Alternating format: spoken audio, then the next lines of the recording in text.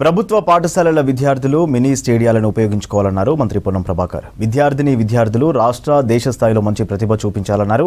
సిద్దిపేట జిల్లా హుస్నాబాద్లో మినీ స్టేడియంను పరిశీలించి గేమ్స్ను ప్రారంభించారు. తర్వాత ఇండోర్ స్టేడియంలో క్రీడాకారులతో కలిసి ఆటలాడారు. స్టేడియంలో క్రీడాకారులతో స్వచ్ఛతా హీ సేవ ప్రతిజ్ఞ చేయించారు పొన్నం. ప్రతి ఒక్కరూ పరిసరాలను పరిశుభ్రంగా ఉండేలా చూసుకోవాలన్నారు మంత్రి.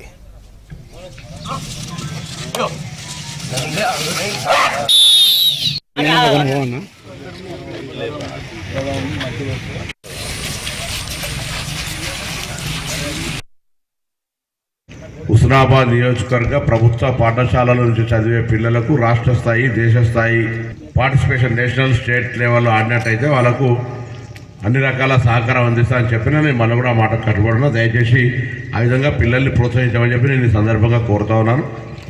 ఈరోజు కొన్ని ఇంకా కార్యక్రమాలు శాంక్షన్ జిమ్ కావచ్చు, లేకపోతే ఇతరాతర కూడా చేయడం జరుగుతుంది. దానికి ఆయన కూడా కాంపౌండ్ పెట్టేది, సేఫ్టీ కూడా ఉంటుంది. ఎవరు కూడా దయచేసి వేరే జాగాలు అనేకం ఉన్నాయి, ఇక్కడ వేరే ఇతరత్ర పనులకు వాడుకోవద్దని కూడా కోరుతాను. వాడితే పోలీసులను సీరియస్గా వ్యవహరించమని చెప్పి కూడా ఈ సందర్భంగా కోరుతాను. దాని తర్వాత నన్ను ఎవరు తప్పు పట్టుకోవద్దు.